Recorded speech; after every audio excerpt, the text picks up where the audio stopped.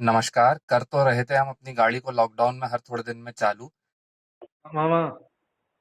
अरे यार वैगनआर हमारे गेट तक तो आ गई, लेकिन अब सेल्फ नहीं उठा रही है। थी बेल्ट लाइट मामा जलाई तो चार्ज कुछ। नहीं हो रही होगी आपकी, क्या है? बेल्ट आवाज कर रही थी ना।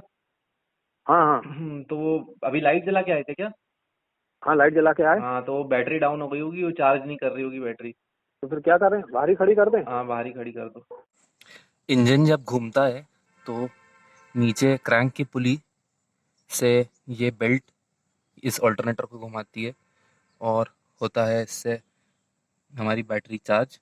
और क्योंकि ये बेल्ट हो गई ढीली, इसका जो प्ले है वो ज़्यादा है। तो पहले तो हम इसे करेंगे जंप स्टार्ट।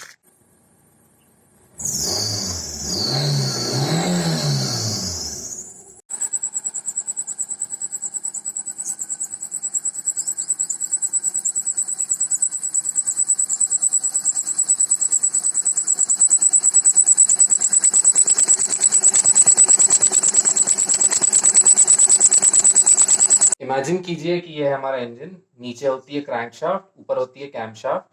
और कैमशाफ्ट जो होती है वो क्रैंकशाफ्ट का हाफ रोटेशन घूमती है। मतलब अगर ये वन रोटेशन घूमेगा तो ये सिर्फ हाफ रोटेशन घूमेगी। इसी क्रैंकशाफ्ट से जब इंजन चल रहा होता है तो यहाँ पे एक ऑल्टरनेटर कनेक्टेड होता है जो कि इसके साथ घूमता है। इसकी पुली होती है बड़ी और इसकी पुली होती है छोटी। तो इसके एक रोटेशन से ये कई रोटेशन ज्यादा घूमता है। और ऑल्टरनेटर के आउटपुट से होती है हमारी बैटरी चार्ज। और इसी के साथ में कई गाड़ियों में यहाँ पे वाटर पंप लगा रहता है जो हमारे कूलेंट को सर्कुलेट करता है। और इस तरीके से ये सेटअप होता है। वैसे ही जो बैटरी का नॉमिनल आउटपुट होना चाहिए वो होता है 13.5 वोल्ट से 14.5 वोल्ट। कुछ लोग इसे 13.4 से 14.4 वोल्ट भी बोलते हैं, बट ये एक आउटपुट होता है 13.5 से 14.5 के बीच में जो अल्टरनेटर का आउटपुट होता है। अगर इससे अल्टरनेटर का आउटपुट कम है तो बैटरी चार्ज आपकी नहीं हो रही है। और बैटरी के जो तीन फंक्शन होते हैं, तो मैं कार बैटरी सबसे पहले मैं आपसे माफी चाहूंगा क्योंकि मेरा ये जो मार्कर है ये लॉकडाउन में मिल नहीं रहा है, इसका इंक खत्म हो रहा है तो अब बहुत ज्यादा स्क्रीन ब्राइट नहीं है। तो सबसे पहले बैटरी का फंक्शन है प्रोवाइड क्रैंकिंग। जो आप सेल्फ मारते हो तो वो पावर हमारी बैटरी से हमारे सेल्फ स्टार्टर में जाती है और उससे गाड़ी का इंजन स्टार्ट होता है। एक बार इंजन स्टार्ट हो जाए तो जैसा मैंने आपको बताया कि ऑल्टरनेटर का जो आउटपुट होता है वो 13.5 वोल्ट से लेके 14.5 वोल्ट के बीच में होता है। और जितना आपके इंजन आगे मतलब इंजन का जो क्रैंक का स्पीड है आरपीएम वो कम ज्यादा होता रहता है तो वोल्टेज भी कम ज्यादा होता रहता है। तो बैटरी का फंक्शन होता है वोल्टेज स्टेबलाइजर फंक्शन। ये वोल्टेज को जो 12 वोल्ट की बैटरी है वो एक स्टेबल वोल्टेज मेंटेन करके रखती है। ये सेकंड फंक्शन हो गया। और थर्ड फंक्शन ये होता है कि it supports load over alternator. मतलब अगर आपका जो जैसे आप गाड़ी में बेस ट्यूब लगाते हो या एसी चलाते हो या बल्ब जलाते हो तो जरूरी नहीं कि आपका अल्टरनेटर सारे लोड्स, जैसे पावर विंडो होती है, पावर विंडो चढ़ते उतरते समय काफी करंट यूज करती है। तो इस तरीके के लोड्स जो अल्टरनेटर से ज्यादा जब पावर रिक्वायरमेंट होता है तो बैटरी ये सारी चीजें कराती है गाड़ी के अंदर। तो it supports load over alternator. So ये तीन फंक्शन हो गए, provide cranking, it acts as a voltage stabiliser और सपोर्ट लोड ओवर अल्टरनेटर। पुरानी गाड़ियों के अंदर जो मैकेनिज्म था बेल्ट को टाइट रखने के लिए वो बहुत सिंपल था। यहाँ से इस नट को आप ढीला करो और इसके अंदर पाना फंसा के इसको आप पहले थोड़ा दूर कर लो और जहां आपको लगे जितना टेंशन रखना है उतने पे आप इसको यहाँ पे टाइट कर दो। तो ये बहुत ही बेसिक और बहुत ही प्रिमिटिव तरीका था बेल्ट को टाइट रखने का। लेकिन नई गाड़ियों में ऐसा कोई सिस्टम नहीं होता है। नई गाड़ियां ये सब अपने आप करती हैं। मॉडर्न कार्स जो सर्पेंटाइन बेल्ट यूज करती हैं उसके अंदर ऑटोमेटिक टेंशनर दिया होता है। तो जो ये टेंशनर होता है इसके अंदर में पीछे स्प्रिंग रहती है जो बेल्ट के खींचने पे अपने आप उसे टाइट रखती है। यहाँ पे वो बहुत सारी बेल्ट्स हैं जो हमने आज तक बदली हैं। कुछ बेल्ट्स हम फेंकते इसलिए नहीं हैं क्योंकि वो हमारे लिए सैंपल रहती हैं। जैसे ये फोर्ड आइकॉन की बेल्ट है, इन पे जैसे ये नंबर डला होता है 6PK2240 जैसे इसमें डला है। तो 6PK मतलब इसके अंदर में बेल्ट के जो ग्रूव होते हैं इनको आप गिन सकते हो, जैसे 1 2 3 और ये 4 5 6। तो ये 6PK। और इस बेल्ट की जो ओवरऑल लेंथ है वो नेक्स्ट नंबर जैसे 2240 है वो बताता है। वी बेल्ट के अंदर में ज्यादातर में ऑटोमेटिक टेंशनर नहीं आते हैं। और जो सर्पेंटाइन बेल्ट्स होती हैं जो मल्टीपल बेल्ट इसलिए होता है क्योंकि मल्टीपल एसेसरी चलाती हैं, सब कंप्रेसर, पावर स्टीयरिंग पंप, आपका ऑल्टरनेटर, ये सारी चीजें एक ही बेल्ट चलाती है। और पुरानी जमाने में वी बेल्ट्स होती थी, जो एसी के लिए अलग बेल्ट होती थी, आपके ऑल्टरनेटर वाटर पंप के लिए अलग बेल्ट होती थी। तो इस तरीके के अलग अलग बेल्ट्स होती हैं अलग अलग गाड़ियों में। ऑटोमेटिक बेल्ट टेंशनर्स कुछ जैसे मैं आपको दिखाऊं तो ये स्कोडा ऑक्टेविया से मैंने रिप्लेस किया था।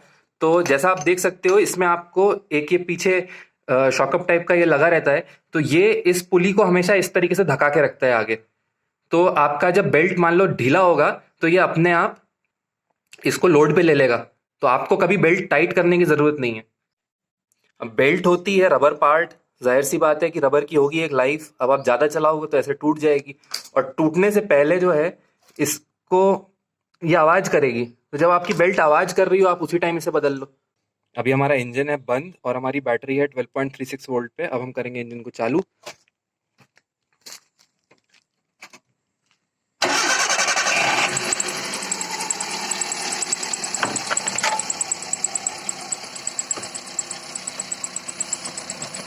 और अब आप देखो कि ये जो मैंने आपको बताया ये अपनी लोअर लिमिट जो 13.4 वोल्ट होती है उससे कम है। अब अगर मैं इसको यहाँ से थोड़ा सा एक्सीलेटर देता हूँ तो आप देखो कि अपनी लोअर लिमिट पे भी नहीं आ पा रहा।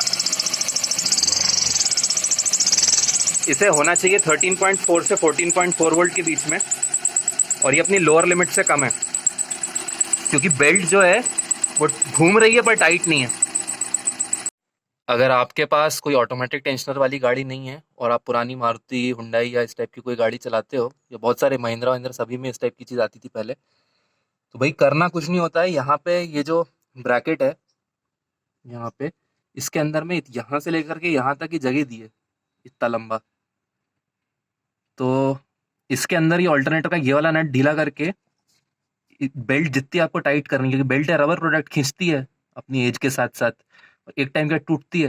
तो आप इसे अगर 3-4 साल 5 साल जो भी चला रहे हो तो इसका नट ये ढीला करके यहाँ पे लगाओ एक लिवरेज, जैसे टायर लीवर, बड़ा स्क्रू ड्राइवर या कुछ, और इसको जैसे ही आप थोड़ा सा उस साइड लेके जाओगे तो आपको एक हाथ से पहले उसको टाइट करना है, और फिर पहले इसको ढीला करके आप इसको आगे ले जाओगे और फिर इस नट को आप टाइट कर दोगे। तो ये मैनुअल प्रोसेस है। जिन गाड़ी में ऑटोमेटिक टेंशनर नहीं होता उसमें इस तरीके का अल्टरनेटर बेल्ट टाइट करने का फीचर होता है।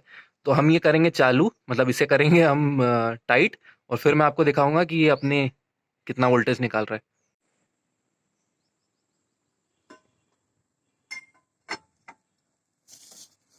इसको करेंगे यहाँ पे डाल के टाइट। ये बढ़ा आगे, और पता नहीं आपको आवाज आई कि नहीं आई।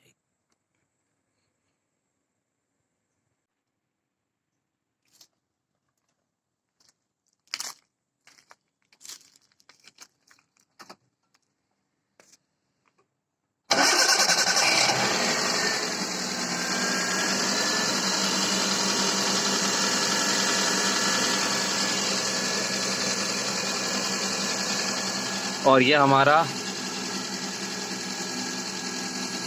जो टेम्परेचर, क्या बोल रहा हूँ मैं, थक गया, ये जो वोल्टेज है ये अब आप देखो कि हमारी 13.4 से 14.4 की रेंज में आ गया। अब इसको हम वेरी करके देखेंगे। अब आप देखो बैटरी बढ़िया चार्ज हो रही है।